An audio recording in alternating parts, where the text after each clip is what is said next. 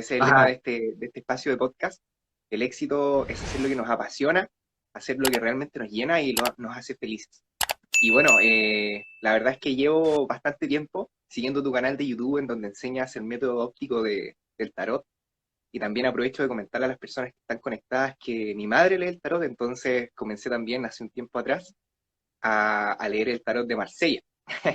ah, Entonces me empezó a llamar la atención y dije, podría invitar a Álvaro a este espacio de podcast que he creado. Así que bienvenido Álvaro, muchas gracias por estar acá y por aceptar la invitación. bueno, Ángel, muchas gracias a ti por invitarme. Yo feliz de participar de tu programa, de compartir mi experiencia. Siempre estoy buscando medios a través de los cuales pueda yo eh, compartir todo lo que yo sé, todo lo que yo he aprendido, todo lo que a mí me ha tocado vivir y cómo eso puede también servir de inspiración para los demás. Me gustó mucho, Magnífico. escucho muy bonito esto que dijiste, lo que uno ama, ¿cierto? Lo que a uno le apasiona. ¿Eh? Y yo la verdad es Completamente. que luché durante muchos años, ahora no tanto como antes, como cuando era más joven, por llevar a cabo esto, por hacer esto. Imagínate algo que no es muy fácil, algo que cuando te preguntan a ti qué es lo que tú haces, tú dices lo que tú haces, pero no te entienden, ¿no? Te interpretan de otra Claro, forma, cada uno tiene su visión de esto, algunas ciertas visiones bastante como negativas sobre esto, pero yo lo entiendo también porque se ha difundido mucho, ¿cierto? Un aspecto más oscuro de esto, o a veces también haya habido como eh, un mal entendimiento porque no se ha explicado bien de qué se trata estos temas. Así que te agradezco mucho esta oportunidad. Te saludo a ti y a todos los que están ahí acompañando. magnífico. Gracias Álvaro. Bueno, un saludo también a las personas que se están conectando. Gracias por estar aquí con nosotros. Y sin duda Álvaro tiene mucha información de valor que agregar en relación a esta temática. Y qué bueno Álvaro que hayas sido perseverante con esta temática del tarot. Como tú bien dices, hay personas que tienen paradigmas distintos al nuestro. Y muchas veces las personas puede que digan, no, eso del tarot puede que no funcione, puede que no sirva, y completamente es válido porque cada persona piensa de forma distinta. Pero hay algo que caracteriza a cualquier persona que ha logrado el éxito en un área, que es el ser perseverantes, porque muchas veces tenemos una idea y queremos llevarla a cabo, pero nos da miedo hacerlo, por el miedo al que dirán, por la burla, por el miedo al fracaso también, y eso podemos superarlo tomando acción y preguntándonos a nosotros mismos, ¿realmente me apasiona esto que hago? Y cuando tu pasión es más grande que tus miedos, ahí tomas la acción y la decisión de decir, quiero, Exacto. claro, quiero perseverar con esto hasta que lo logre, hasta que pueda impactar a muchas más personas y ayudar a muchas más personas, porque yo creo que lo más lindo en la vida es con algo que a uno le apasione, ayudar a otras personas, como lo que tú haces con tu Instagram, con tus habilidades de psíquico, de tarotista, así que magnífico. Y bueno, Álvaro, empecemos a conocerte un poquito a ti para que las personas también te puedan ir conociendo. ¿Quién es Álvaro Santi y cómo nace esta pasión por el tarot? ¿Desde cuándo comienza? Mira, voy a describir algunos aspectos míos porque la verdad es que yo creo que cuando alguien pide que uno se defina, es tan difícil eso, ¿no? Yo creo que uno puede definirse cuando uno está muriendo. Ahí uno puede Ya, decir yo soy esto. ¿Eh? He sido y hasta ahora soy esto. ¿Eh? Y ahora me muero, entonces no voy a hacer nada claro, más que esto. ¿Eh? Me destino, me pongo fin. Entonces es bastante difícil. Yo siempre digo, yo estoy siendo lo que estoy siendo y estoy haciendo lo que estoy haciendo. Y puede que mañana despierte a lo mejor con un desamor hacia el tarot y bueno, se irá a un cajón el tarot a la basura o se lo regalaré a alguien y empezaré a dedicarme a lo que me apasiona en ese momento. Entonces, claro, espero tener la valentía, así como la he tenido para llevar a cabo esto todos estos años, espero tener también la valentía de cambiar si es que es necesario. Generalmente la gente te dice algo que es, que yo entiendo cuál es la intención, ¿no? La intención en el fondo, claro, porque parten destacando algo positivo tuyo y la intención es que tú no salgas de eso positivo, entonces te dicen, no cambies nunca. Pero yo le diría a todo el mundo, cambien todos los días, cambien, cambien y cambien y cambien, porque el cambio es esencial en la vida, es básico, es muy importante. Todo está en un constante cambio. Entonces, ahí es donde te das cuenta cómo buscamos definir algo, ponerle fin, fijarlo, asegurarnos algo, controlar eso. obtengo un trabajo, entonces este trabajo tengo que tenerlo toda la vida, no lo puedo soltar. Y si ocurre un cambio, chuta, ¿qué hago ahora? ¿No? Me pilló el cambio. Entonces, yo creo que es importante el cambiar. Si uno de pronto siente que ya no le hace sentido lo que está haciendo, si no le hace sentido el trabajo que lleva a cabo, si no te hace sentido esa persona que está durmiendo al lado tuyo, bueno, hay que hacer algo con eso rápidamente, porque la vida es muy corta y es sano el Claro, cambio. ¿Eh? Pero entiendo a qué va, a qué apunta eso. Igual entiendo, ¿no? En el fondo es para conservar esas cualidades que la gente destaca en uno, que las claro, encuentra positivas, ¿cierto? Y a mí esto me costó de todo porque menos el miedo de no poder llevarlo a cabo, fíjate, que eso no había miedo y no había ya, duda, nunca hubo duda, por lo cual yo creo que esto de alguna forma era una vocación y es actualmente todavía una vocación para mí, no lo cuestioné nunca, pero sí me lo perfecto, cuestionaron mucho. Entonces, ya, claro, lo que tuve que hacer es defenderlo con uñas y dientes, ¿no? Y menos mal que yo siempre he sido una persona bien obstinada, bien terca. Entonces, cuando se me ha metido algo entre ceja y ceja, tengo que hacerlo, tengo que llevarlo a cabo, aunque se oponga a todo el mundo. Y bueno, esto me costó, entre otras cosas, una pelea con mi papá de algunos años, que no quería que yo hiciera esto. Yo lo entendía perfectamente a él. Él quería que yo hiciera algo más tradicional, que le entregara un título, ¿cierto? Eh, que por claro, supuesto, pero eso era su temor, ¿no? Yo si tuviera hijos, yo no tengo hijos, probablemente me ocurriría lo mismo de alguna manera. A lo mejor lo manejaría de otra forma, pero probablemente me ocurriría lo mismo.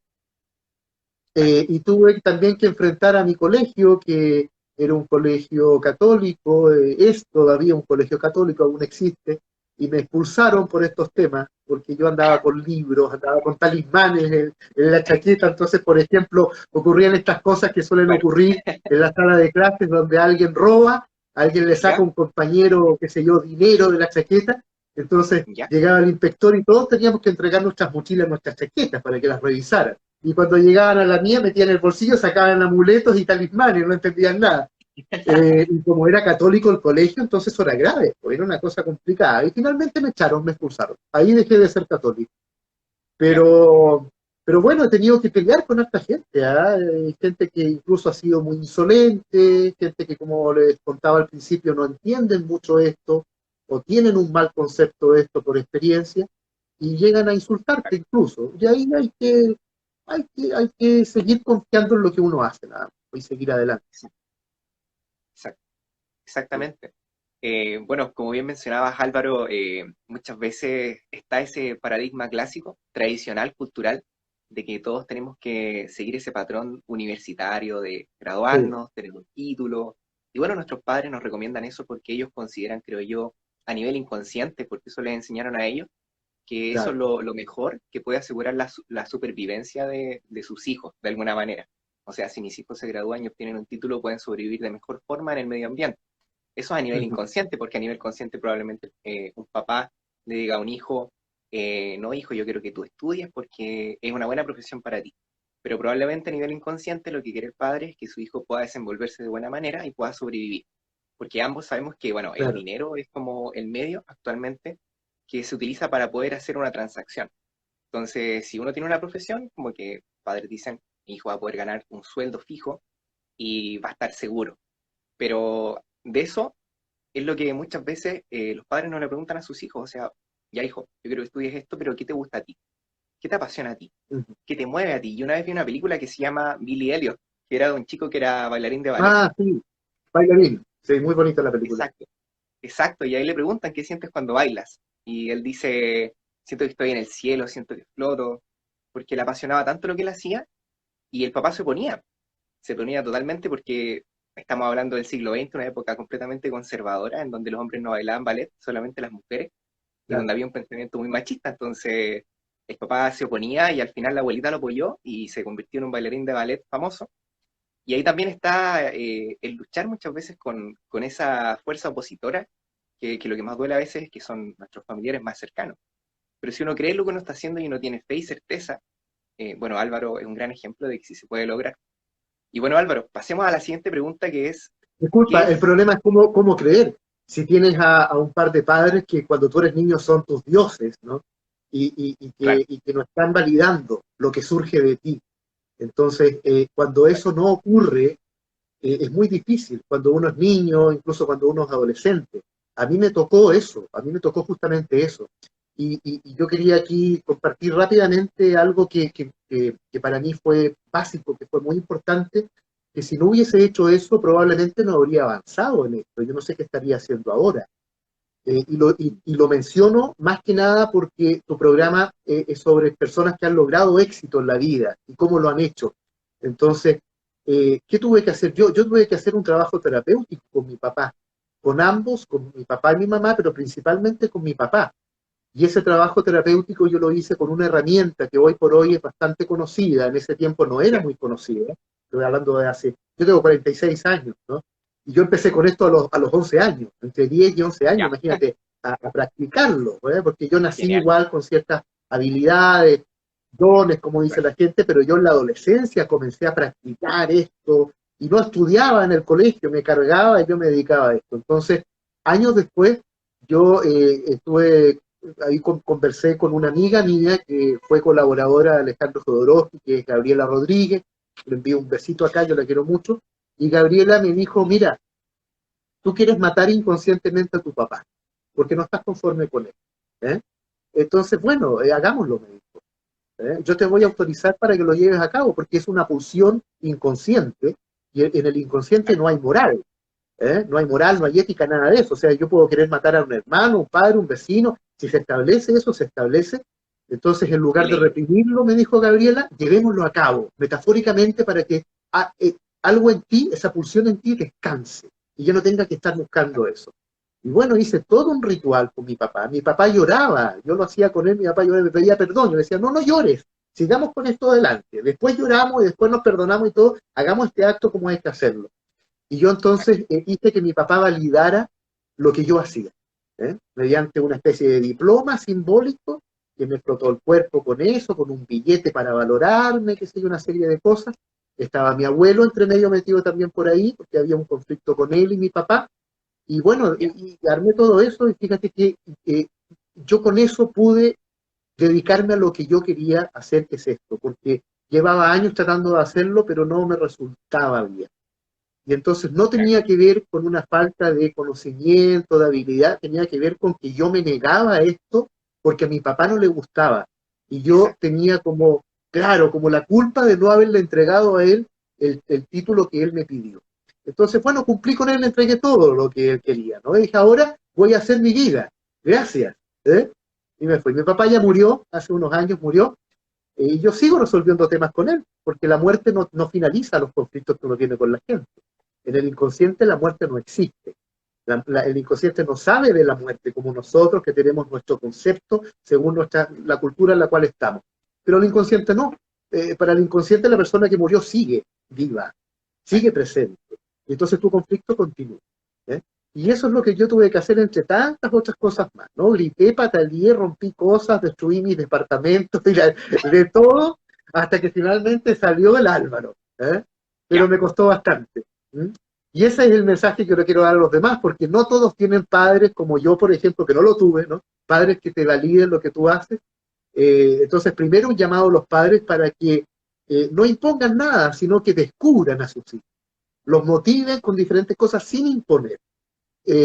Pero también a los hijos que van creciendo, que se hagan cargo de sí mismos. Y si no pudieron hacerlo cuando eran niños, siento frente a estos padres que no los validaban, que entonces comiencen a hacer un trabajo terapéutico sobre su historia. Ese es lo que yo quería transmitir. Ahora gracias sigamos, Álvaro. perdóname, discúlpame haberte interrumpido la entrevista. No, Álvaro, muchas Sí, gracias. Lo que acabas de decir, sin sí, duda, yo creo que le aportó muchísimo valor a las personas que están conectadas. Yo creo que más de alguna persona que está aquí escuchándote, quizás está pasando por algo similar, quizás a lo mejor probablemente. tiene sueños y tiene metas y tiene algo que le gusta hacer, pero a lo mejor tiene conflictos con los padres y eso a nivel inconsciente, como bien dijiste tú, puede simbolizar un ancla y te puede estar impidiendo de que tú no tomes acción o que no te sientas muy seguro de ti mismo. De hecho, eso influye en tu autoestima porque muchas veces los padres cometen el error y no lo hacen con maldad, sino porque así fueron criados, Sí, de decirle a un niño, claro, no, no eres lo suficientemente bueno, ¿cómo se te ocurre? No, deja de hacer eso. Entonces, ¿qué pasa con eso? Que afecta la autoestima del niño y a futuro, cuando ese niño se vuelva adolescente o se vuelva adulto, tiene conflictos con su autoconcepto, no se siente capaz de lograr nada, no se siente capaz de llevar a cabo sus sueños. Entonces, yo recuerdo, voy a aquí citar a Arnold Schwarzenegger, que bueno, es un fisicoculturista, a lo mejor no tiene mucha relación con la temática que vamos a hablar, pero a mí me gusta mucho la motivación y el desarrollo personal. Y una vez yo vi un video de él en donde decía que, bueno, para las personas que conocen a Arnold Schwarzenegger, no sé si Perfecto. saben, pero él es australiano, eh, original, originario de Australia. Entonces después él se fue a Estados Unidos, comenzó su carrera actoral y todo, pero él decía que cuando él quería convertirse en actor, él comenzó como físico-culturista y los padres también fueron su fuerza opositora y le decían, oye Arnold, deja de idolatrarte, deja de mirarte al Ya, espejo, mejor anda a cortar leña porque él vivía en el campo, los padres eran campesinos, entonces le decían, ayúdame en el campo, anda a cortar leña. Y él decía, ¿por qué todas las personas de mi entorno no son capaces de ver el gran sueño que yo tengo? Porque él en ese tiempo, como en 1960, 70, había visto un actor, que era un actor famoso de esa época, que había hecho Hércules, que se llamaba Richard Park. Entonces aparecía como correcto, pa. físico-culturista, claro, y aparecía como físico-culturista y como un actor tendencia en esa época. Entonces eso le inspiró a Arnold Schwarzenegger para decir, yo también quiero ser como Richard Park. Entonces resulta que el papá, la mamá se oponían a él, lo llamaban loco, le decían que él estaba equivocado y que nunca iba a ser capaz de lograr nada. Y ahí él dice en la entrevista, yo fui capaz de apagar esas voces y decir, no me interesa. Yo tengo claro lo que yo quiero hacer y lo voy a lograr. Y él tenía un plan de acción, decía que el primer paso para uno lograr algo en la vida es tener un plan de acción, decir ya, ¿qué es lo que quiero hacer y hacer? Y crear un plan para obtenerlo. Entonces, complementando con lo que tú decías, Álvaro, sin duda si tenemos, bueno, esos conflictos, podemos ir tratándolos con una terapia y entender que nada es de la noche a la mañana. Eh, el Imperio Sí, Romano, y esta frase me encanta, no se construyó en un día, sino que se construyó paso a paso. Y muchas veces cometemos el error cuando queremos empezar algo, que tenemos miedo de empezar en pequeño. Nos comparamos con la persona que ya tiene éxito o ya tiene resultados, que ya tiene seguidores o que ya ha logrado algo, pero esa persona partió de cero. Entonces, si ya, esa persona partió de cero, tú también puedes partir de cero. Entonces, más que compararte con otro, tienes que compararte con el tú de hace 2 días, de hace un mes. Y aquí quiero citar algo que se llama Kaizen, que mejorar un 1% cada día. Y eso lo dicen los japoneses. Así que no hay que tener miedo a empezar, sino que hay que empezar con lo que uno tiene y en el camino se van adquiriendo herramientas, exacto, exacto. Paso a paso, paso paso a a paso. paso. De pronto uno quiere todas las cosas al tiro, es un error. Hay que tomarse Exactamente, el tiempo, claro, cada día y hay que ir subiendo un peldaño. por supuesto, por supuesto. Hay que Y tenerse bueno, ahora, paciencia. Uno no se tiene paciencia, porque cada uno tiene un ritmo distinto. De pronto uno se compara con un amigo, por ejemplo, con un familiar, cómo esa persona lo logró antes, pero cada uno tiene un proceso distinto, un tiempo distinto. por supuesto. De hecho, ayer estábamos hablando con un psicólogo que tenía un magíster en terapia cognitiva. Hicimos un live también. Ya, Y yo le dije, ¿qué tips le darías a todas las personas para que puedan mejorar su relación con ellos mismos? Y dijo que cuiden su lenguaje. El cómo te tratas a ti mismo define lo que piensas de ti mismo. Porque nuestro lenguaje crea nuestros pensamientos. Si yo, por ejemplo, a las sí, personas que están conectadas les digo, no piensen en una naranja. ¿En qué piensan? En una naranja. Porque las claro. palabras crean los pensamientos. Entonces, un pensamiento genera una emoción. Y esa emoción genera una acción. Entonces es muy importante cómo nos tratamos a nosotros mismos. Y aquí quiero citar a Mario Alonso Puig, que es un médico cirujano español, que dice, ¿qué te vas a decir a ti mismo cuando fracases, cuando cometas un error? ¿Te vas a decir soy un fracasado o te vas a decir qué puedo aprender de esta experiencia? Ujú. Porque el cómo te sientes dependiendo de un contexto va a depender de tu visión de ese contexto. ¿Lo ves como una oportunidad o lo ves como un problema? Entonces, bueno, Carlos Maturana, que es un biólogo chileno que falleció, decía, la realidad depende de los ojos de quien la mira.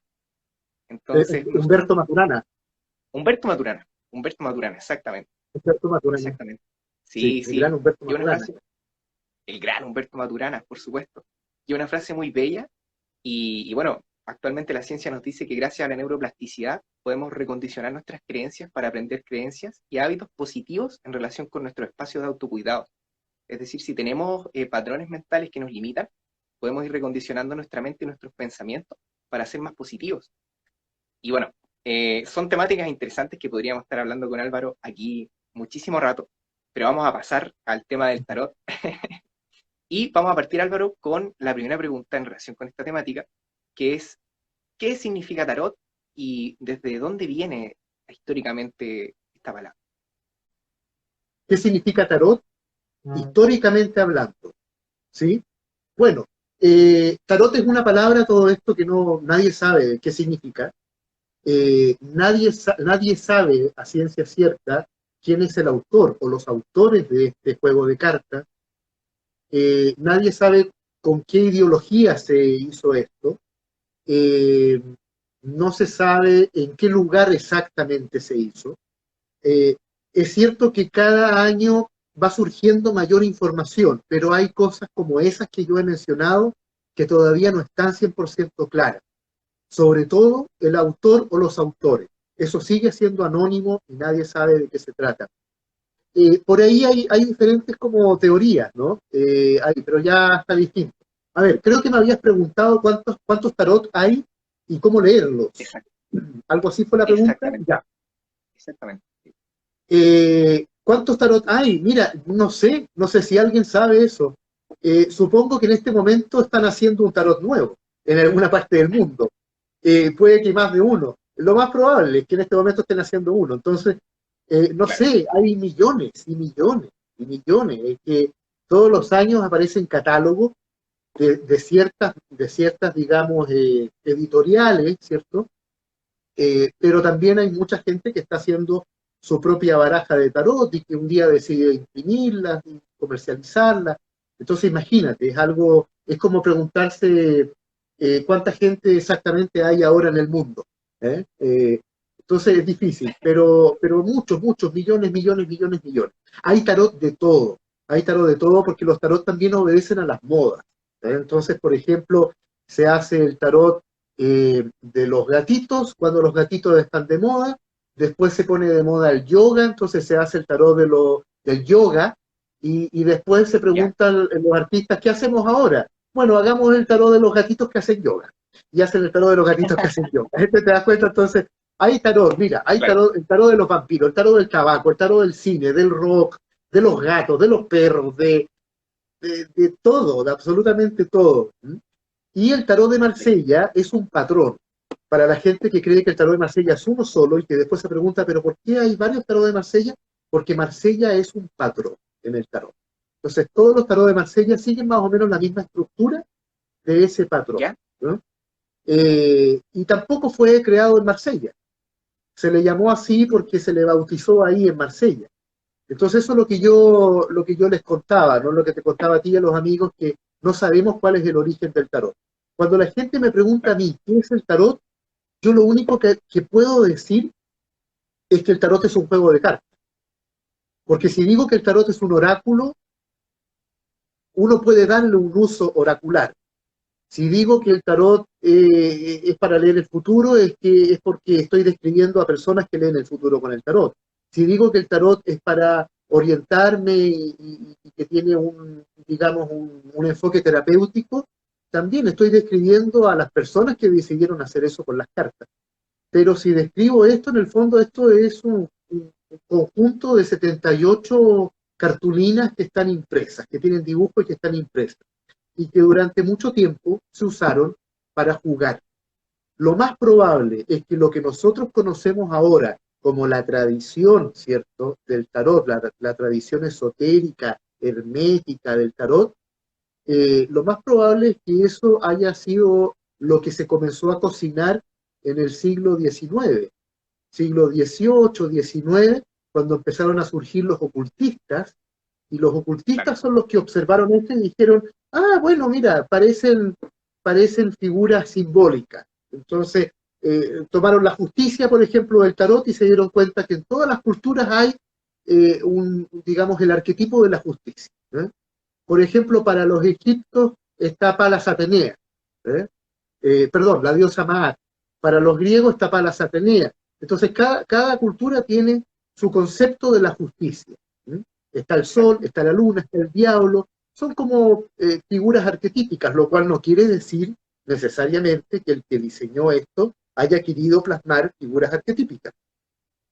Yo creo que esto finalmente es como es un conjunto de gente que comenzó a proyectarle cosas más simbólicas y esotéricas a este juego de cartas y lo transformó en esto que conocemos ahora. ¿Cómo aprenderlo? Bueno, hay muchas formas de aprender el tarot, así como hay miles y miles de formas de leer el tarot. En el tarot no hay nada escrito en piedra. Cada uno puede adquirir un método de un autor o puede, con experiencia, crear su propio método para leer las cartas. Yo, por ejemplo, como tú lo decías al principio, yo promuevo, entre otras cosas, un método que es óptico, es visual, es decir, que consiste en que tú no te aprendas significados de memoria, sino que tú observes las cartas y veas cuál es la dinámica y el gesto que se forma con un conjunto de 3 cartas, por ejemplo, donde vemos un personaje que está sentado como el emperador, vemos un personaje que, que va raudo caminando como el loco, y luego vemos la torre donde los personajes caen de la torre o salen por las puertas, como queramos interpretarlo. Ahí hay un gesto. Pasamos de un estado pasivo y reflexivo, sentado, ¿cierto?, a emprender una marcha y a lo mejor pues esto puede terminar en una catástrofe o en una liberación en la carta de la torre. Todo eso va a depender de algo que es muy importante en las lecturas, que le da un marco referencial a la lectura, que es la pregunta. El tema, o en el mejor de los casos y más preciso, ¿cierto?, la pregunta. Entonces nosotros vamos a leer para responder esa pregunta. Y ahí es donde se va acotando de alguna manera la amplitud que puede tener cada carta en cuanto a significado. Así que leer el tarot, para los que me preguntan a mí, porque la gente me pregunta, ¿cómo saber si yo tengo dedos para el piano o para el tarot? ¿Eh? ¿Yo tendré facultades para leer el tarot? Mi respuesta siempre es, si tú estás dispuesto a trabajar para leer el tarot, ¿cierto? A ejercitarte y leer, y leer, y leer, y leer, y leer, y leer, y leer, y leer, y leer, y leer, hasta que adquieras la confianza necesaria con tu propio lenguaje, es porque entonces tú tienes dedos para el piano. Si tú no estás dispuesto a trabajar por esto, mejor olvídate del tarot, porque tiene esa dificultad, es como tocar piano. Entonces, si yo quiero Como tocar cualquier cosa, piano, claro. aprender, claro, empezar hoy día y mañana ya dar un concierto, chuta, y es lo que la mayoría de los alumnos les pasa, ¿eh? Todos se precipitan, todos se ponen ansiosos, pero muy ansiosos, Claro. es impresionante. Yo estoy pasando la carta número 1 y me están preguntando qué significa la última carta. Entonces se engolosinan y después tienen una confusión y se frustran porque ya no sacan cartas y no leen nada. Pero si van paso a paso lo pueden hacer. Ahí está el paso a paso del que estamos hablando. Por supuesto, por supuesto. Por eso en todo orden de cosas, cualquier cosa que nosotros queramos hacer, ya sea leer el tarot, tocar piano, como bien decías tú, tenemos que entender que todo es paso a paso y por eso es tan importante trabajar nuestro desarrollo personal y nuestra mentalidad. De hecho, Sí. ahí tú hablaste, Álvaro, sobre el hermetismo.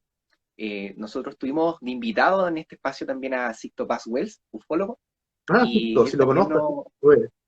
estuve en el programa Sí, La Hermandad con él. Muy simpático, sí. Sí, es muy simpático don Sixto Paz, sí. sabe muchísimo también, y él nos estuvo hablando acerca del hermetismo de Hermes Trismegisto y el principio Ah, del sí, mentalismo, el principio de correspondencia. sí, Me habló acerca de uno concreta lo que decreta y el poder de las palabras y la vibración. claro. Y la verdad es que es impresionante tocar esos temas y todo lo que Hermes Trismegisto intentaba transmitir, y son conceptos universales, principios universales que se han ido traspasando de generación en generación. O sea, podríamos decir también que el tarot, como bien decías tú, puede ir mutando, puede ir cambiando, dependiendo de las Es mismas que modas, dependiendo de... va mutando, Ya, va cambiando. Y no solamente va perfecto. cambiando, digamos, en el tiempo, ¿cierto? Y van apareciendo nuevos libros, nuevas visiones. Por ejemplo, el método óptico, que es como rescatar también el inicio del tarot de alguna forma, porque esto que te decía yo, que los ocultistas proyectaban cosas, ¿en qué lo proyectaban? En las imágenes. O sea, eh, todo partió con alguien que observó el tarot, y eso es lo que no se hace ahora. ¿Sí? Entonces, ahora, como te lo aprendes de memoria, sería lo mismo recortar, por ejemplo, supongamos que vamos a usar los 22 arcanos mayores. Sería lo mismo recortar 22 papeles numerados. Y yo saco el papel número 5, el papel número 5 yo sé que es el Papa y empiezo como loro a hablar de lo que conozco del Papa. Pero resulta que aquí hay imágenes que observar. Y ahí nos damos cuenta lo difícil que es para nosotros observar imágenes. Sabes tú que una fotógrafo y artista plástica, ¿Ya? Sumiko Murai, amiga mía, Sumiko organizó una, eh, un proyecto, ¿cierto?, con un grupo de artistas, me llamó a mí también, me dijo, Álvaro, tengo esta idea, me gustaría hacer un tarot. Me gustaría juntar a Ah, 22 ya, artistas para hacer un tarot. Y le dije, ya, perfecto, ¿qué me propones tú? Yo le dije, mira, hagamos lo siguiente. Invita a los artistas a tu casa, ve invitando, qué sé yo, de a poco, hacemos reuniones con ellos, y yo les voy a pedir que ellos elijan una carta al azar y luego me hablen de esa carta sin conocerla. Y lo hicimos con el tarot de Marsella, y lo hicimos con el mazo, primero con los 22 arcanos. Y después un mico me dijo, ¿sabes qué me gustaría? Transformar este mazo de 22 cartas en un mazo de 78 cartas, como Dios manda. Entonces le dije, ya, pues ya, 72 artistas. Oye, eran artistas de todo el mundo, o sea, había fotógrafos, transformistas, bailarines, cantantes, actores, dibujantes, pintores, de todo, ¿no? De todas partes, ¿no? ¿Cuál es la mayor dificultad? Cuando ellos sacaban una carta X, la observaban y yo les decía, por favor, yo necesito que tú nos cuentes qué es lo que tú estás viendo en esa carta, como si todos nosotros fuéramos ciegos. Y nosotros necesitamos saber cuál es el dibujo. ¿Qué hay ahí? Y la gente empezaba, los artistas, ¿no? Empezaban a describir esto, decían, eh, fuerza, ¿eh? Esperanza. Háblame del dibujo. Y tenían mucha dificultad para describir el dibujo. Hay unas monedas que están, hay una composición en la carta con 3 monedas que están ubicadas en forma de una pirámide, un triángulo. Eso les costaba tanto. ¿Ves? Entonces, claro. ¿por qué? Porque hemos olvidado el mirar, el observar. Entonces, no, es el intelecto el que en primer lugar comienza a hablar, ¿cierto? Y ya se me olvidó la pregunta y lo que te estaba diciendo. Yo soy muy disperso, me fui para Interesante. cualquier lado. Entré en trance.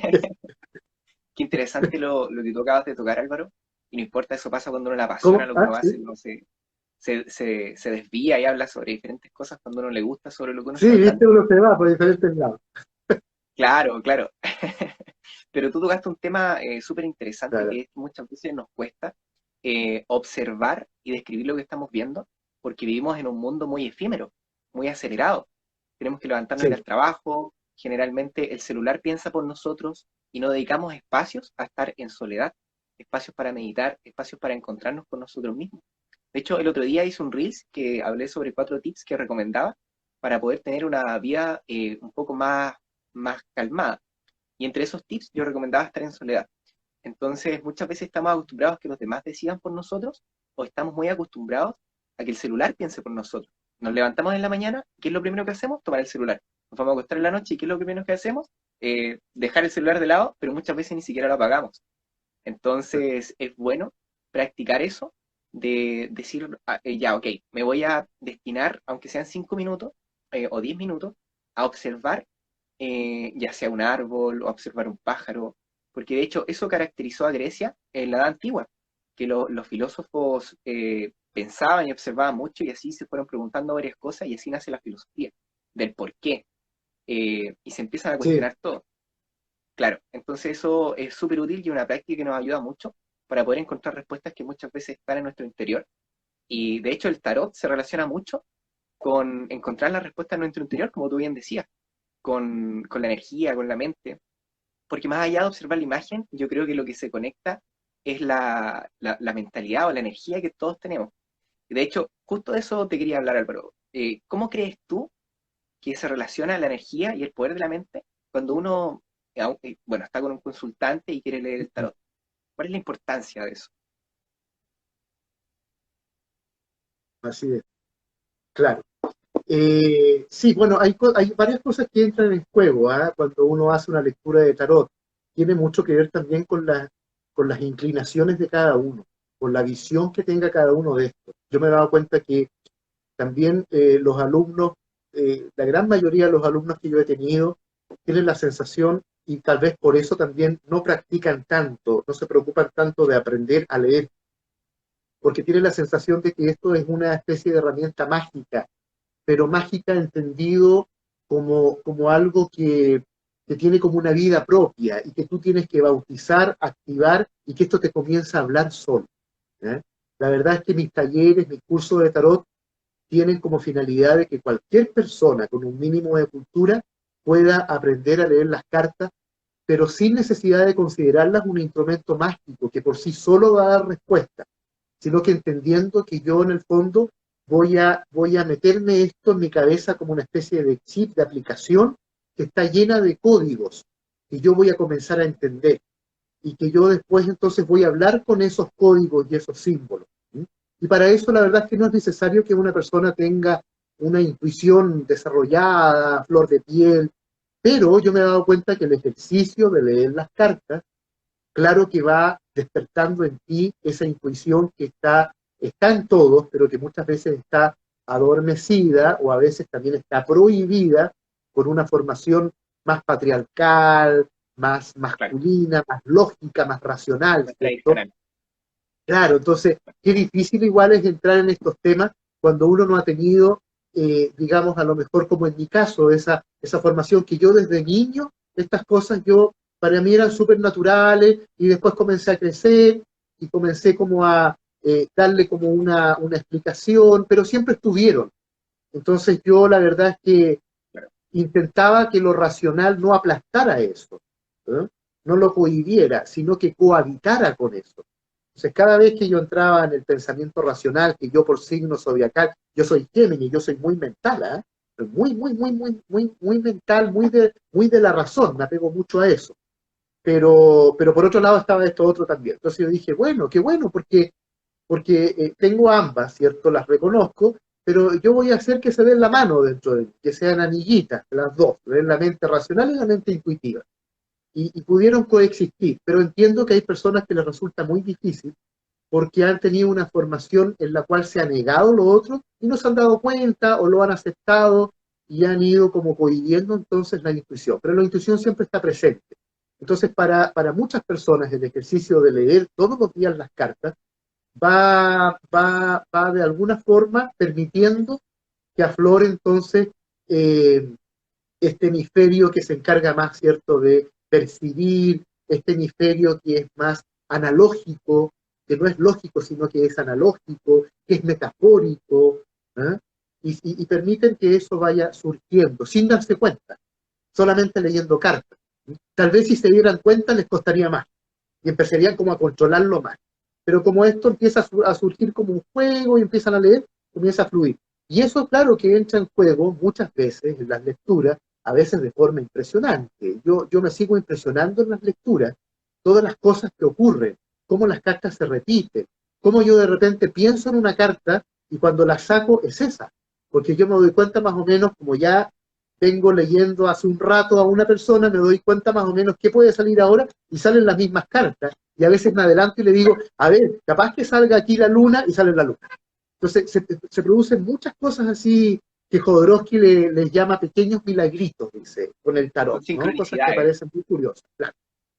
Entonces sí, entran en juego varias cosas igual, ¿eh? La predisposición, puede jugar a favor, la ansiedad y la necesidad de controlar de parte del consultante suele jugar en contra, por ejemplo, las personas que llegan a la consulta muy ansiosas, ¿eh? O que quieren controlar lo que sale, por ejemplo, esa gente que uno le dice, le extiende la baraja de cartas y le dice a las personas, bueno, elige con tu mano izquierda una carta, ¿no? Y están así mucho rato.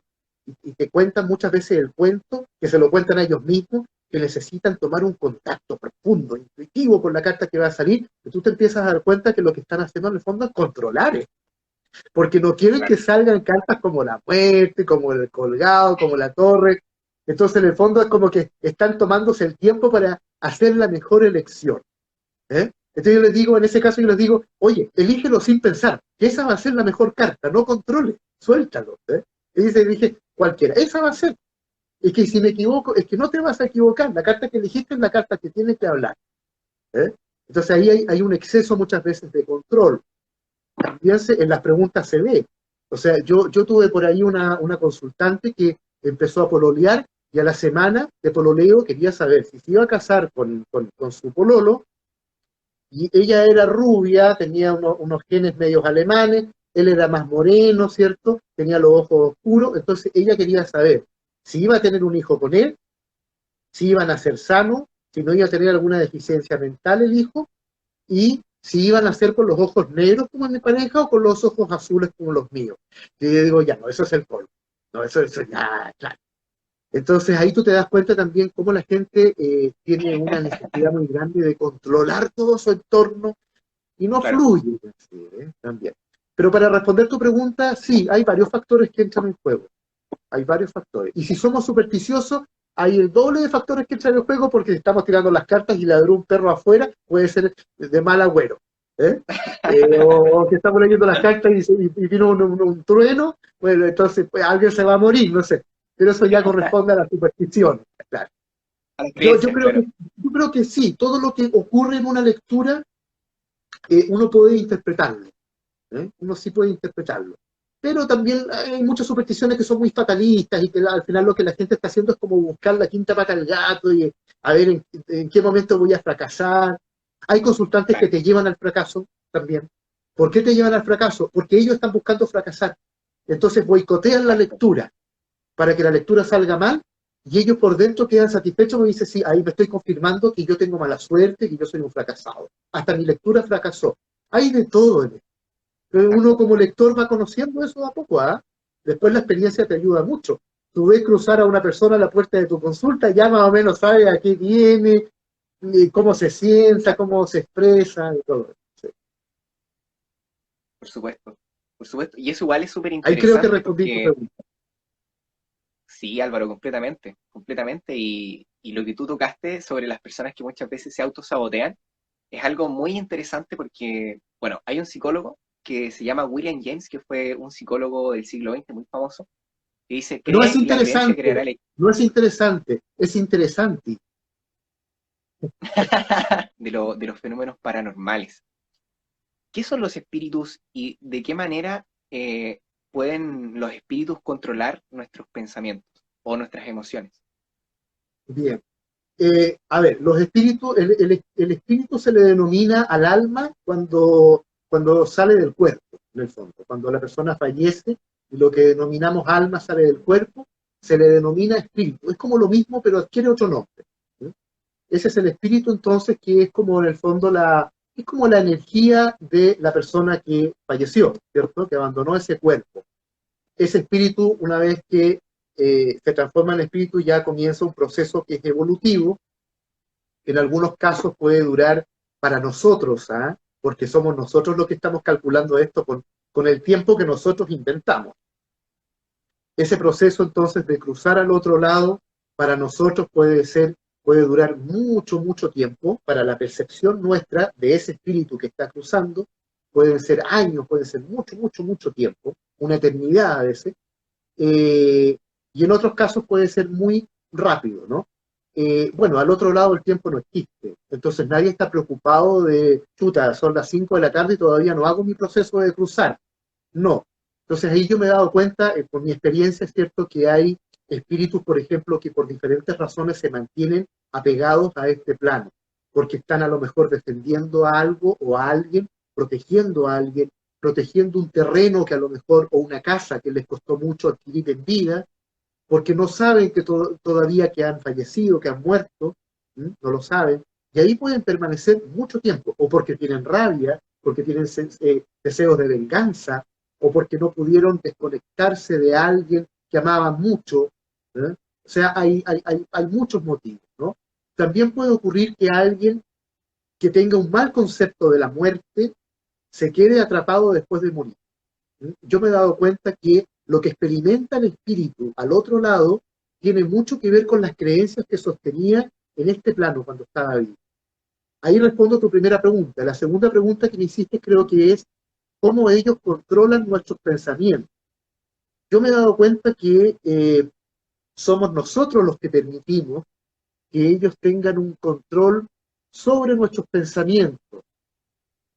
No necesariamente son ellos los que controlan nuestro pensamiento, pero cuando nosotros no hemos podido aceptar la muerte de un ser querido, ese ser querido en nuestra vida ocupa un espacio que nos invade a nosotros. Pero somos nosotros los que tenemos que hacer el trabajo de ubicar al muerto donde corresponde, que es como lo que dice la Biblia, esto de dejar que los muertos se entierren a sus muertos. ¿Eh? En el fondo es como esta persona murió. Lo primero que yo tengo que hacer es un proceso de duelo que no es bueno que yo me lo salte, es bueno que yo lo viva, como sea que yo lo pueda vivir, ¿cierto? Con una asistencia terapéutica en el caso de que yo sienta que esto me está superando, ¿no? Pero el problema es que hay personas que falleció el ser querido y a la semana creen que necesitan asistencia terapéutica porque tienen mucho dolor, pero es normal, ¿no? Entonces yo creo que después de que pase un buen tiempo, ahí uno puede evaluar, ¿necesito realmente a alguien que me ayude con esto o yo puedo hacerlo solo? ¿Eh? Y entonces, pero muchas veces no hacen ese proceso de duelo o les resulta muy difícil hacer ese desprendimiento para pasar después a la segunda fase, que es contraria. Es paradójico esto, porque la primera es, ha fallecido, físicamente no está, me tengo que despedir, me tengo que aceptar la idea de que no está. Pero después viene la otra fase que es, la muerte no existe. Y yo sigo vinculado a este ser por toda mi vida. Y probablemente ese vínculo con nuestro vínculo con las personas. Mira, voy a poner un ejemplo bien extremo. Mi vínculo contigo, imagínate, yo te estoy conociendo recién ahora. Y a través de una pantalla, ni siquiera en persona. Pero probablemente nosotros nos conocemos antes de que todo esto fuera creado y probablemente Exacto. nuestro vínculo va a terminar después de que todo esto se destruye. ¿Eh? Y no estoy hablando del mundo, estoy hablando del cosmos. ¿Eh? Entonces, lo La que yo, una energía. de las, claro, ahí está la energía. Yo, según mi experiencia, y me parece que este es como el mayor mensaje que yo he recibido de ellos, que no es el que espera la gente. ¿Eh? La gente espera otro tipo de mensaje, está bien o no está bien donde está, yo estoy bien o no, tengo un hijo, ¿cómo va a seguir mi hijo? Papá, dime del otro lado cómo va a seguir mi hijo, protégenlo porque está... Esas son las preguntas de la gente. Eh, Claro. a mí, a mí lo que más me dejó, pero digamos conforme, satisfecho, es este mensaje principal que ellos no siempre te dan directamente, pero sí lo dan con sus manifestaciones, que es que la muerte no existe, que nosotros estamos todos vinculados. ¿Y cuál es mi conclusión entonces? Nosotros como humanidad somos una sola pieza. Como dicen los católicos, somos hermanos, porque Wow. somos hijos de la misma fuente, del mismo creador, del mismo padre. Entonces, eh, nuestros grandes problemas tienen que ver con que en este plano no tenemos conciencia de esto y creemos que somos seres fragmentados, separados. Y creamos patrias, creamos banderas, y en el deporte competimos, si somos Chile, queremos ganarle a Brasil, en el fútbol. ¿Sí? Entonces siempre estamos compitiendo, nos estamos dividiendo, estamos haciendo muros. ¿Eh? A mí, ¿qué me importa a mí el vecino? Me da lo mismo. Si yo tengo mi casa, acá estoy calentito, yo tengo mi pega, recibo mi gente. ¿Qué me importa lo que esté pasando con el vecino? Claro, hasta que al vecino se le incendia la casa. Y ahí yo me doy cuenta que estamos todos conectados. Claro, hasta que viene una pandemia. ¿Eh? Y yo puedo contagiar a alguien o alguien que no se cuida me puede contagiar a mí. ¿Mm? Por eso se dice que la humanidad se va a unir probablemente cuando venga un ataque extraterrestre, ¿no? Fantaseando así, imaginándonos un ataque imaginando que son malvados y que nos van a venir a atacar. Ahí en las películas se ve. Claro. ¿Eh? Ahí se une el mundo, ahí ya no es Estados Unidos, ahí ese es el mundo. Entonces, claro, son las crisis las que nos llevan a tomar contacto con eso esencial. Pero eso es lo que yo he aprendido de esto. Somos la humanidad, yo soy la humanidad, tú y yo somos lo mismo. ¿Sí? Somos diferentes expresiones, pero de lo mismo. Y si yo te hago daño a ti, claro, hay este karma, ¿cierto? Que este tiene un efecto boomerang y ese daño que yo te hago a ti regresa a mí.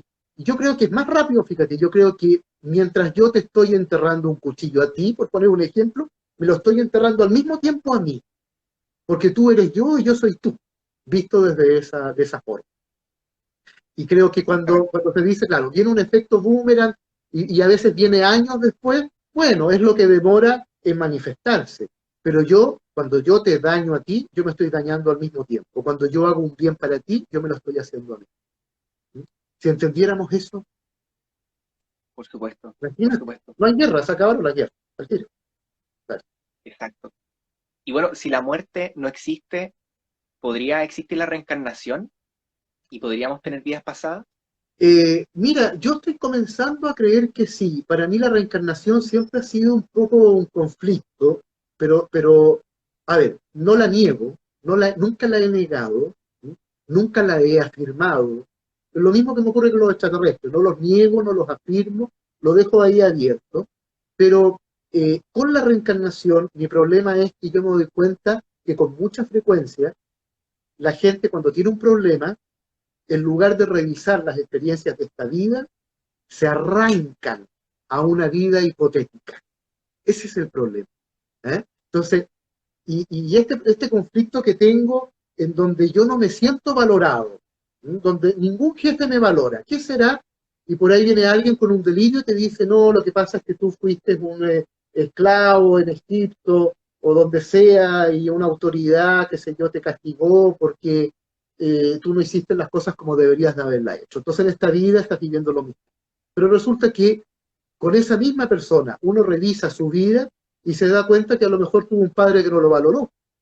Entonces resulta que después cuando adulto proyecta al papá en los jefes, que es un arquetipo de autoridad, y se busca jefes que no lo valoran para repetir lo mismo y para que en algún momento tomar conciencia. Entonces ahí es donde yo encuentro que muchas veces me he dado cuenta cómo el tema de las vidas pasadas te lleva a algo y te hace saltar algo fundamental que está aquí. Y por otro lado, cuando ha ocurrido algo, suponiendo de que ocurrió algo en una vida pasada, en esta vida también te ocurre. ¿Eh? Así que también lo puedes trabajar revisando esta vida. ¿Eh? Pero, como te decía al principio, fíjate que igual me he ido abriendo a la reencarnación, pero no la puedo afirmar. No puedo decir si estaría mintiendo. No, no lo sé. No lo sé. Pero me parece que sí, es posible, es bien posible. Claro. Por ahí también se habla del karma, que Claro. tenemos deudas pendientes, ya sean positivas o negativas. También se habla del dar y recibir, por ejemplo, si nosotros damos amor, Sí, recibimos amor. Y bueno, así es. Álvaro, ¿qué nos podrías hablar tú acerca de la hechicería? Porque sin duda es algo muy interesante y se ha hablado en, bueno, en muchas La películas hechicería, también, la hechicería.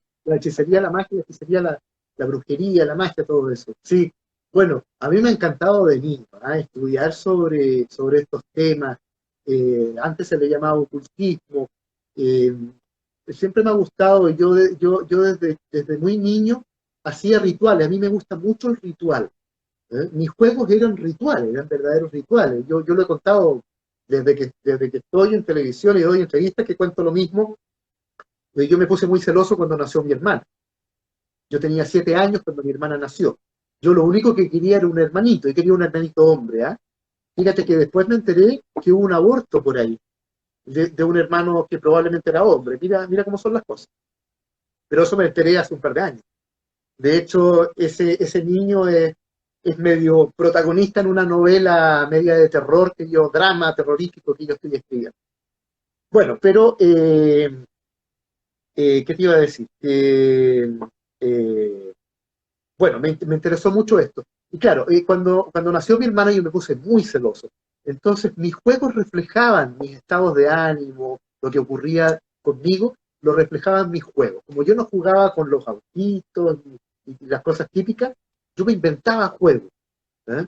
Y eran puros rituales. Entonces me acuerdo, mi hermana ya era un poco más grande, no sé, que tendría 5 años, algo así, y yo recuerdo que es que es como ejemplo esto, porque fueron muchas cosas, pero alguna vez me acuerdo que fui a su dormitorio y le dije, ¿qué te parece si asesinamos a tus muñecas, tus Barbies?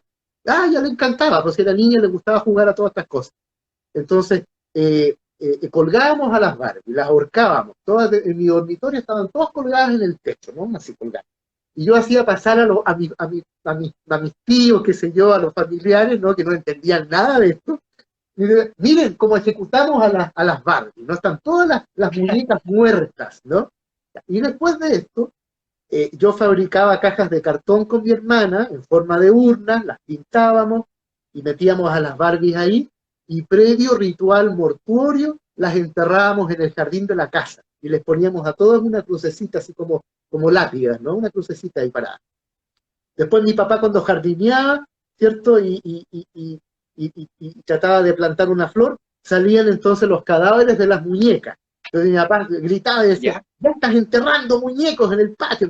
Bueno, y eso yo después me di cuenta con el tiempo, ¿no? Bueno, la Claro. muñeca, porque no eran muñecos, eran muñecas, ¿no? Representa a la mujer, mi hermana era mujer. Bueno, yo estaba celoso. Entonces, en el fondo era enterremos a la hermana, ¿no? Matémosla, pues, guardémosla, que Inconscientemente, no se vea acá. Claro. claro. Entonces, así es un ejemplo que pongo porque todos mis juegos, yo ahora viéndolos de adulto, todos eran expresiones de mis malestares o de mis placeres, qué sé yo, de todo eso, de mis problemas, de mis trancas, de las cosas que me iban pasando, todo lo iba manifestando yo de esa forma. Por lo tanto, el ritual para mí siempre ha sido algo muy importante. Yo veo el ritual, y de ahí quiero responderte lo de los hechizos, la magia y todo eso. Para mí, más que nada, el ritual lo que hace es como entregarte, tú con el ritual te entregas un mapa a tu mente, ¿cierto? Para Ya, poder llegar claro. donde tú quieres llegar, para poder alcanzar lo que tú quieres alcanzar. Entonces yo organizo elementos que son simbólicos para poder ir realizando una organización en mi psiquismo, ir estructurando mi psiquismo. ¿Eh? Y ese para mí es como la base de la magia, porque la magia trabaja con símbolos, ¿no? La magia está llena de símbolos. Y la magia actual está llena de placebos. ¿Qué te puedo mostrar acá? Por ejemplo, mira, esto es verdad. Es verdad que este frasquito que compré hace poco tiene esencias florales, ¿cierto? Cada esencia tiene su propiedad, como las flores de Bach, por ejemplo, este es un sistema australiano, ¿sí? Pero el frasquito dice Space Clearing. ¿Eh? Entonces, eh, es como, no deja de ser un placebo. ¿Te das cuenta? Esto es para limpiar espacios. Yo sé que cuando yo hago esto, yo estoy aclarando energéticamente este espacio. Y a pesar de que yo creo que los componentes que esto tiene, sí tienen la capacidad de ir limpiando, ¿cierto?, de toxicidad astral o de lo que sea que haya acá, también esto tiene un placebo de alguna forma. Hay un placebo acá. Entonces, eso es lo que uno va usando en la magia para irse predisponiendo de una determinada forma. ¿Mm? Así que yo creo que esto también puede utilizarlo, por ejemplo, la gente escéptica, ¿eh? Sin ningún problema. Hay gente que a mí me dice, ay, el agua bendita, pero es que no me gusta el agua bendita porque no soy católico. Pero bueno, somos occidentales, yo tampoco soy católico. Sin embargo, yo sé el poder que tiene el agua bendita en mi inconsciente, porque yo vengo de eso. ¿Viste? Estudié en un colegio católico, en una familia católica, iba con mi mamá a la gruta a buscar agua bendita. Entonces, claro que ahora el agua bendita tiene un poder en mí, ¿ves? Te voy a dar un Exacto. pequeño ejemplo, con eso cierro. Un pequeño ejemplo de eso, cuando la gente me pregunta a mí, ¿cuál es tu mejor amuleto que tú tienes? ¿Eh? Y para mí mi mejor amuleto es un trocito de piedra, piedra común y corriente. No estoy hablando ni siquiera de un Bien. trozo de cuarzo, sino que una piedra burda del suelo, que a lo mejor es un trozo de cemento, fabricado por la mano del hombre, pero que un amigo psicólogo, muy querido mío, un día que tuvo que ir a trabajar a Osorno, yo nací en Osorno, me dijo, ¿qué quieres que te traiga a Osorno, de tu tierra natal? Y yo ni conozco, estuve una semana en Osorno cuando era guagua y nunca más volví. Yo le dije, quiero que me traigas una piedra del jardín de donde está maternidad de la clínica alemana en Osorno. Y él fue y me hizo un video para que a mí me constara que él fue, y ahí recogió y dijo, voy a elegir esta piedra y te la voy a llevar. Y esa fue la piedra que me trajo. Entonces, ¿qué tengo yo? Una piedra que no vale nada, pero que imagínate el símbolo que tiene para mí, porque es el lugar en donde se produjo mi alumbramiento. Con toda la fuerza y con toda la vitalidad y con toda la vida, yo en ese lugar nací. Por lo tanto, lo que Wow. hay en ese lugar tiene en mi inconsciente un tremendo símbolo. Y yo cuando estoy un poco decaído, tomo mi piedra, la froto, qué sé yo, cierro los ojos, me pongo en contacto con eso. Y entonces la gente puede decir, no, una piedra nomás, ni siquiera es un trozo, como te decía, de cuarzo, que puede tener alguna propiedad, pero tiene todo el poder para mí. Así para mí funciona la magia. Así funciona la magia. Bueno. Álvaro, ¿y qué opinas tú sobre los trabajos esotéricos? ¿Cuál es tu visión sobre eso? Bueno, ahí entramos en una cosa muy tramposa, ¿eh? Todo lo que es, a todo esto, el problema es que todo lo que es magia, cuando no se entiende bien, cuando uno no ha investigado, claro, uno es presa fácil de cualquier estafador, ¿eh? Entonces se ofrecen trabajos, donde la gente a mí me pregunta, ¿qué es la magia negra? ¿Eh?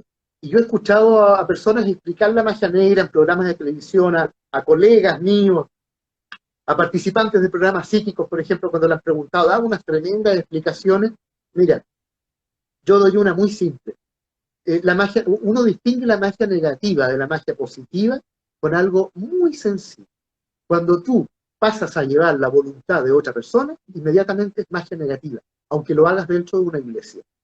Aunque le estés pidiendo a San Antonio que te traiga a esa persona que a ti te gusta, pero lo estás pidiendo con nombre y apellido, tráeme a tal persona que se llama así, así, así. Tú estás doblegando la voluntad de esa persona y tú estás haciendo magia negra, en ese caso, dentro de un templo, de una iglesia, de donde uno podría pensar que no, porque además se lo estoy pidiendo a un santo. Entonces, ahí hay que tener cuidado con eso, ¿no? Cuando uno doblega la voluntad de otro, uno se mete en problemas porque en la magia, y no solo en la magia, yo diría en la vida, ¿no? Pero si tú revisas textos de magia, qué sé yo, en la magia la voluntad es sagrada. Uno no se puede meter con la voluntad del otro. Entonces ahí los endulzamientos, los amarres, ¿ah? Que de repente los endulzamientos son como amarres pero con otros nombres. ¿Ah? Entonces aquí vamos a endulzar a esta persona. No le vamos a hacer un amarre, pero la vamos a endulzar para que se fije en mí. Bueno, estás haciendo magia negra, no te das cuenta. ¿Ves? Y el otro problema, por eso digo también es muy tramposo, primero, todo es magia negra para la mayoría de las consultas de brujos. Todo es magia negra. O sea, si a ti se te cayó un pelo, eso es magia negra.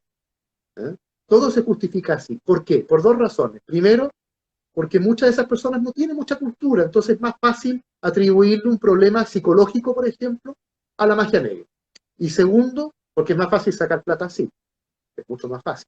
Entonces, ahí la gente cae en trampas, pero es terrible, ¿eh? Porque la gente que te llama para que tú identifiques si lo que le está pasando corresponde a algo espiritual, a magia negra, por ejemplo, si tú les dices que no, se ofenden, se enojan, insultan, te cortan el teléfono, y van donde el otro brujo que les puede sacar 3 millones de pesos para hacerle algo que nunca resulta. Entonces la gente tiene que aprender a ser más perspicaz y seleccionar a la persona que las va a atender o pedir recomendaciones, pero no caer en cosas como esa, porque si caen en cosas como esas, de endulzamiento y cosas así, probablemente el final va a ser catastrófico, lo más probable. Exacto. Álvaro, ¿y qué tips le darías tú a las personas para que puedan tener cuidado con caer en engaños de alguna forma?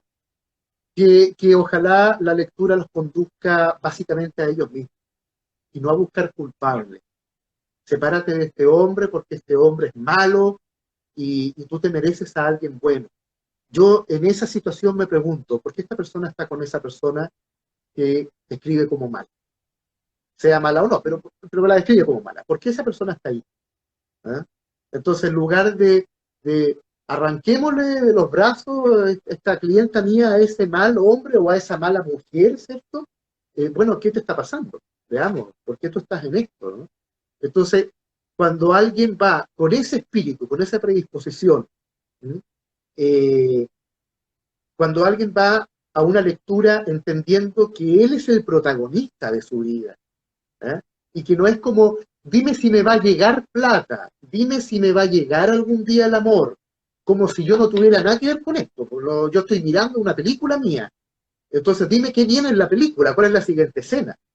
Entonces ahí lo que yo propongo es, veamos cómo podemos crear la siguiente escena, veamos por qué tú no puedes tener ese trabajo que estás buscando, veamos por qué tú no quieres trabajar. Y la gente se queda sorprendida, pero ¿cómo, Álvaro, si yo quiero trabajar? Sí, pero hay algo en ti que lo está boicoteando. Veamos a qué obedece eso. ¿Qué te pasó? Y ahí nos empezamos a Bueno, encontrar, imagínate, tú sabes, pues tú estás estudiando psicología, y nos encontramos con la psicología del otro. ¿Eh? Entonces yo no puedo obviar la psicología de la otra persona. Yo no puedo leer las cartas y dejar la psicología del otro a un lado, porque la persona viene con un mundo completo donde hay psicología, donde hay un mundo afectivo, una dimensión afectiva, hay una dimensión corporal, física. Tengo que considerar todo eso. ¿Sí? claro. Y bueno, eso es lo que ocurre, ¿viste? Entonces, yo creo que la sugerencia para la gente que quiere buscar a alguien que lo ayude con estos temas, ¿cierto? Con estas herramientas, con estos recursos, es esa. Hazte responsable por tu vida, ¿cierto? No busques culpables, eh, eh, no cambies a otro para cambiar tú también. ¿Mm? Y también yo quiero que esa persona me ame. Yo voy a ser feliz cuando esa persona me ame. Entonces yo estoy dependiendo de eso. ¿Eh? Entonces no Exacto. puede ser, ¿viste? Y ahí es donde viene la magia negra.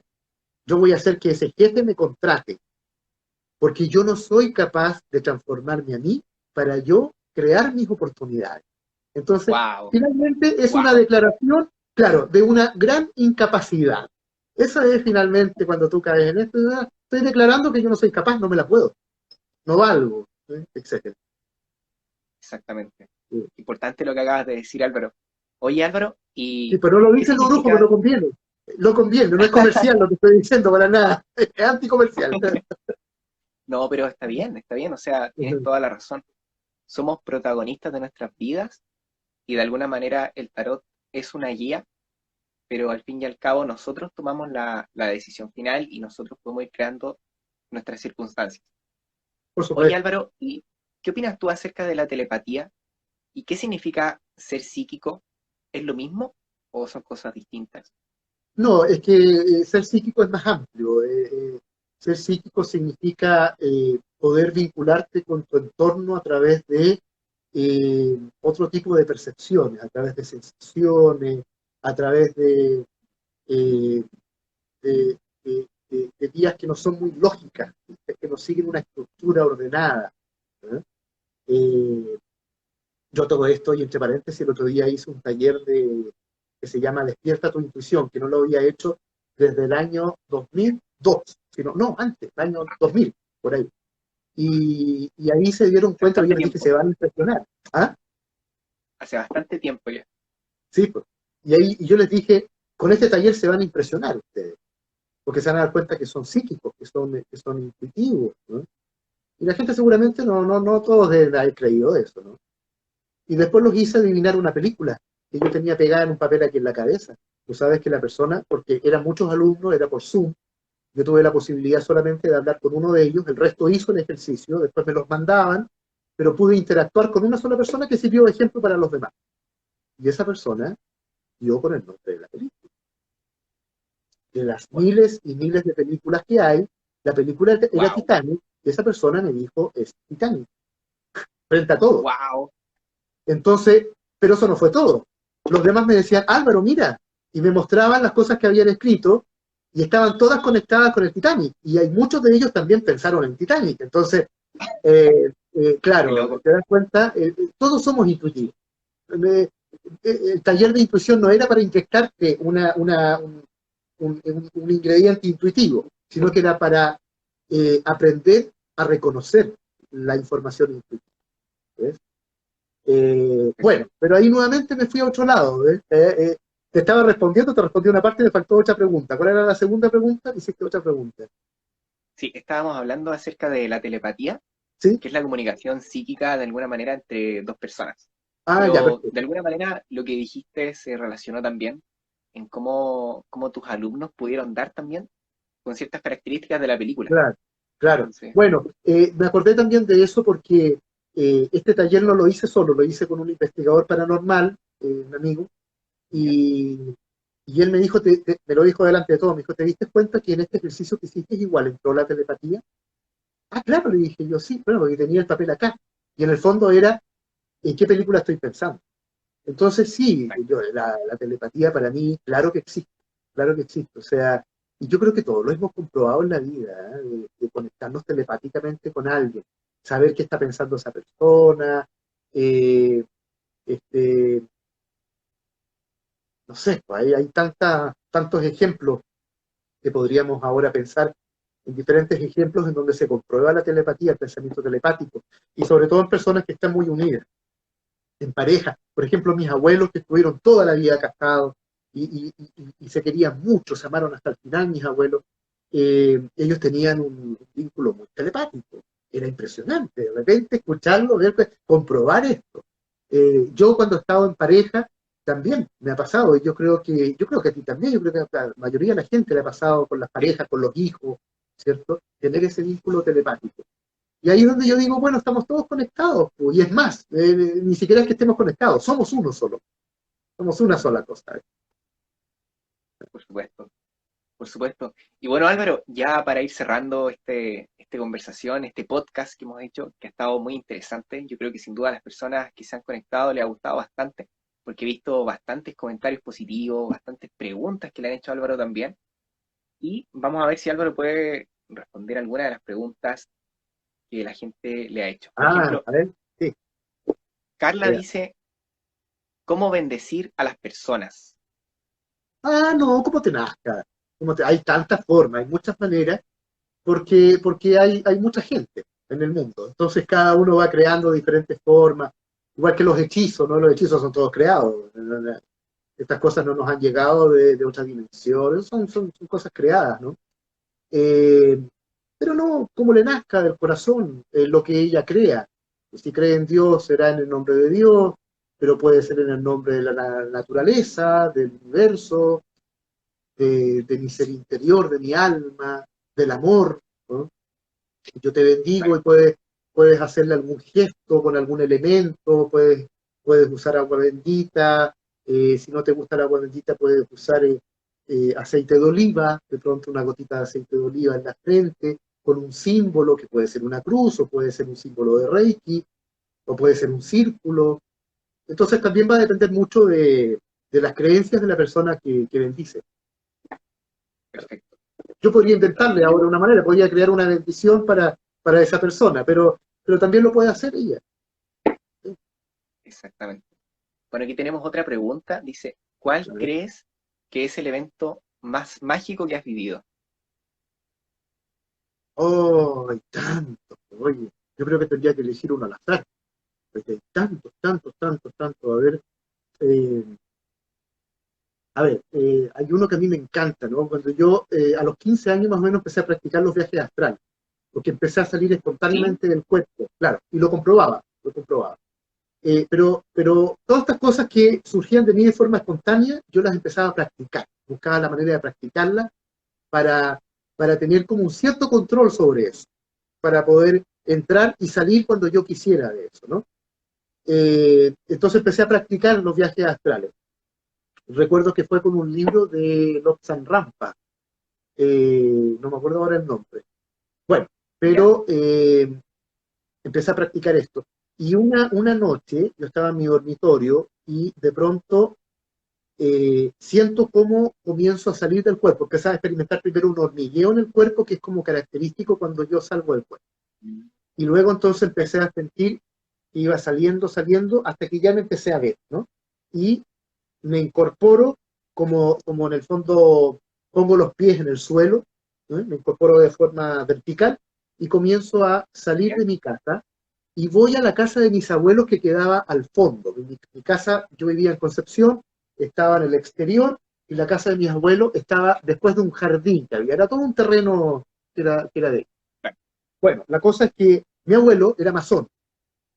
En ese tiempo yo estaba bien interesado por la masonería. Ahora no, pero en ese tiempo sí. Y él tenía una pequeña biblioteca en su pieza, o sea, perdón, en su casa. Mi abuela le decía la baticueva, ahí no entraba nadie más que él, nadie, ni la nana, nadie entraba ahí. Y yo desde la ¿Ya? ventana del patio, a veces la cortina estaba corrida, y a mí me encantaba porque tenía una cantidad de libros, entonces yo miraba, yo lo único que quería era entrar a esa biblioteca, pero había una cajita de madera, y esa cajita de madera siempre estaba cerrada. ¿Mm?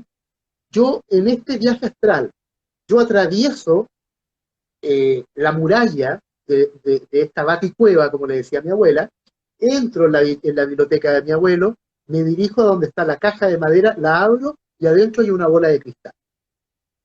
Cierro la caja y me devuelvo a mi cama. Ese fue el viaje astral. Años después, varios años después, mi abuelo muere. Y un día mi abuela desocupa la pieza. Y un momento que ella se descuidó, yo entré a la pieza, por primera vez, ya adulto ya. Entro a la pieza, veo la caja de madera, la abro y adentro ¿Ya? estaba la bola de cristal. ¡Wow! Y esa bola de cristal Impresionante. se lo conté a mi abuela y mi abuela me dijo, es tuya, llévate. Y yo la tengo todavía, por ahí la tengo, por ahí está, porque tengo una colección de bolas de cristal, pero la tengo identificada por la de mi ¿Ya? abuela, claro. Entonces, por ejemplo, eso es lo que Impresionante. recuerdo ahora, pero experiencias que me han impresionado, hay muchas, muchas, muchas, muchas. Hasta con otras personas, ¿eh? O sea, grabando, por ejemplo, un programa de televisión, grabando para el matinal de televisión, cuando se llamaba Gente como tú, en un espacio que se llamó Lo que esconde la ciudad, estoy hablando del año 2012, con Leo Caprile. Fuimos a una casa donde había manifestaciones paranormales, y cuando entramos a una habitación, ambos vemos como un flash de luz en una esquina, al lado de la cama. Era de día, ¿eh? No era de noche, además. Era pleno, pleno día. La pieza estaba totalmente clara, sin embargo, se vio una especie de flash que hasta sonó, fue como... Y yo me quedo, miro a Leo Caprile me mira, y yo le digo, ¿Ya? a ver, ¿lo viste? Sí, me dijo, sí lo vi. A ver, le dije yo, ¿pero qué viste? De una luz, como un flash, le dije yo, sí, me dijo, ahí, vimos lo mismo. Eso también lo vi un día con ¿Ya? una clienta en mi consulta, lo vimos aquí arriba. Yo estaba tirando las cartas y aquí fue como, y los dos lo vimos al mismo tiempo, lo vimos. Así, grabando con Jorge Holguín, yo participé en la película La Casa del director de cine de terror chileno que es Jorge Holguín, es amigo mío. Yo salgo en la película, haciendo de mí, haciendo de psíquico, estoy ¿Ya? dentro de la película. ¿Ya? La película la pueden ver Súper. en Onda Media, por si acaso, ya se subió a Onda Media, que se ve gratis. Bueno, la cosa es que cuando no estamos grabando, nos estamos trasladando de un sector de la casona Dubois, que está en Quinta Normal, al otro extremo, por un pasillo donde había una cocina, una puerta de una cocina, vamos con testigos que son la gente que cuida esta casa, ¿cierto? Y vamos caminando con Jorge. Yo a Jorge le había dicho, Jorge, por favor, enciende tu cámara y no la cortes hasta que yo te diga. Porque yo conozco cómo pasa esto y ¿Ya? las manifestaciones son cuando se apaga la cámara, empiezan las manifestaciones. No cortes la cámara y trae más de 2 baterías porque se agota. Y Jorge me hizo caso, pero igualmente cuando nos trasladamos cortó la cámara y sabes tú que salta una mochila ¿Ya? de la cocina hacia el pasillo donde nosotros íbamos avanzando y cae a nuestros pies.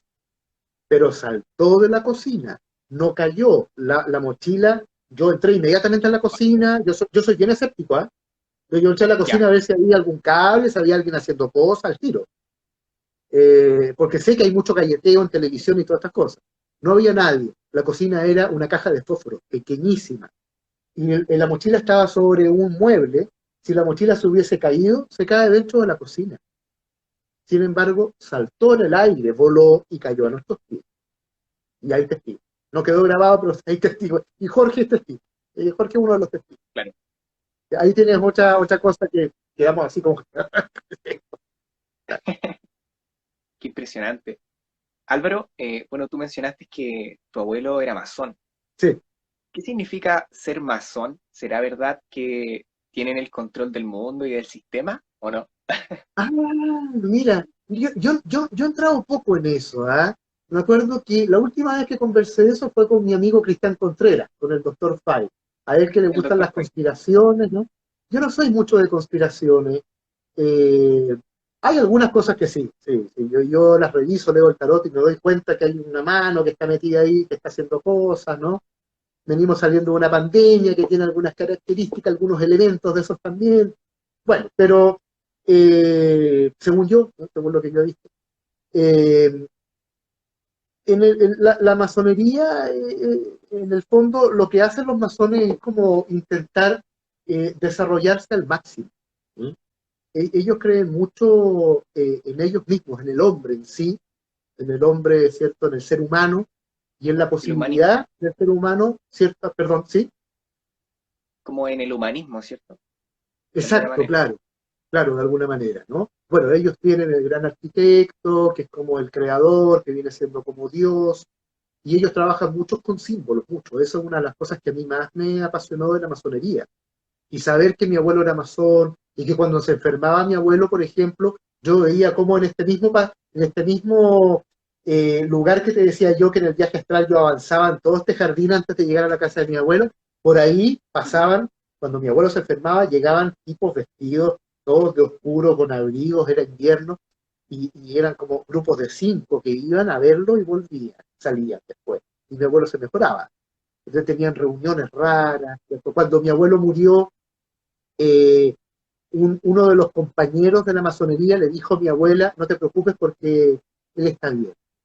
Tomamos contacto con él y está bien. Claro, mi papá le cargaba que yo dijera, ¿y cómo el abuelo? Cuando me decía, ay, tus cosas y tu tarot, yo le decía, ¿cómo tu papá? Decía, no, me decía mi papá, los masones son como los rotarios, decía, como los leones. Yo cuando joven fui rotario, me decía mi papá, ¿no? Entonces, hacemos obras de beneficencia, nos preocupamos de cultivarnos, ¿cierto? Nos dan tareas, y así son los masones, pero no tienen nada de esotérico. Y yo le mostraba el libro del Manual del Compañero, que es uno de los primeros ¿Ya? libros que leen los masones cuando ingresan, que está escrito por Oswald Wirth. Y Oswald Wirth fue un ocultista que tiene una baraja de tarot, yo la tengo ahí. Y el Sí, libro, el Manual del Compañero, está ilustrado con cartas de tarot. Entonces yo así trataba de que mi papá me validara, pero no había caso, decía, no, nada que ver. Y después me di claro, cuenta que, claro, pues ellos manejan conocimientos herméticos, claro que sí. No era lo que decía mi papá. Yo creo que mi papá me lo decía como para bajarle el perfil, no me metiera yo en esas cosas. perfecto, perfecto. Y bueno, Álvaro, para ir cerrando ya este podcast que ha estado buenísimo, vamos a responder la última pregunta que dice, A ver. Alvarito, ¿recomiendas activar la glándula pineal? Bueno, sí, sí, claro que sí. Sí. He conocido gente que lo ha hecho, que ha tenido hartos logros. Sí, me parece algo positivo. Mm. Eh, Quiero decir unas palabras finales, a ver, pero uniéndolo con esto. Es importante, mira, la psicología se refiere mucho al pensamiento mágico. ¿Eh? Tú sabes eso, ¿no? Se refiere al pensamiento mágico, que en el fondo es el pensamiento infantil, es cuando la gente de pronto cree que sostiene, ¿cierto?, que un estado mental de alguna forma se conecta con un estado externo, físico, entonces mi mente puede Claro, influir y ver cosas afuera y viceversa. Yo, hay una edad yo, específica. eh, ¿ah? Sí, de hecho hay una edad ¿Sí? específica en la psicología del desarrollo en la que se da mucho el pensamiento mágico, sobre todo Claro, en la infancia, claro. en la infancia, ¿viste? Sí, claro, es una cosa más infantilizada, más infantil. Sin embargo, yo revisando esto, yo dije, no, a ver, para mí, yo voy a clasificar acá, voy a definir dos tipos de pensamiento mágicos. El pensamiento mágico inmaduro y el pensamiento mágico maduro. ¿Sí? Y para mí, el pensamiento mágico eh, maduro es cuando tú aceptas la magia, porque es evidente que esto, nuestra realidad eh, es un constructo que nos ayuda a entendernos, pero ¿qué más loco que la existencia, que la vida? Si es lo más surrealista que hay. Es extrañísimo. La vida es lo más extraño, lo más loco, una locura. Entonces, yo creo que es necesario igual que nosotros aceptemos ese aspecto mágico, pero de una forma madura. Y eso significa tener también un claro sentido y una aceptación de tu inmediata realidad, aunque sea un constructo nuestro, pero esto es lo más directo para nosotros, lo más inmediato, y no podemos dejarlo a un lado. Entonces, el mensaje que yo le doy a la gente, sobre todo a la gente que está ingresando en estos temas, que quiere estudiar, que quiere desarrollarse en estos temas, es que no pierdan el sentido de la realidad. Porque tú sabes, ¿cierto?, que la psicosis, la locura, cómo uno la puede este, cómo uno la puede identificar cuando hay una pérdida del juicio de la realidad. ¿Eh? Entonces Exactamente. yo juego con esto, yo acepto esta realidad entendiendo que es un juego esta realidad también, entendiendo cómo es también, cómo funciona, pero aceptándolo. Entonces no puedo obviar eso. Yo no puedo decir, por ejemplo, me amo, te amo, llama Trina, campo electromagneto, qué sé yo, mis células y no sé qué, sin trabajar eh, el tema que tengo de vida que mi mamá me abandonó. Tengo que aceptar que mi madre me abandonó y tengo que recorrer ese nudo que tengo que se formó porque mi madre me abandonó. Y invocaré a la llamatrina y al campo electromagnético y me amo y te amo como complemento, y que me puede resultar de gran ayuda. Ese yo creo que es uno de los mensajes más importantes para mí, que a mí me gustaría que le llegara a los demás. porque veo que gente pierde el juicio de la realidad con esto. Ese es el problema.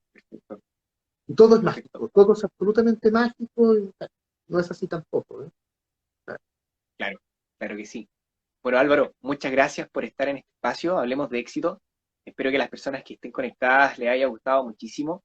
Sin duda, Álvaro nos ha aportado un montón de conocimientos de valor. Así que muchísimas gracias por conectarse y muchísimas gracias, Álvaro, también por estar aquí con nosotros.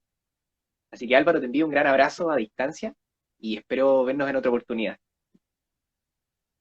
Perfecto, muchas gracias a ti por la invitación, muchas gracias a las 138 personas que están conectadas en este momento, ¿ah? Muchas gracias a todos los que se integraron, y bueno, voy a esperar ahí que tú me etiquetes o me envíes el link para yo compartirlo para que la gente que no lo pudo ver lo vea.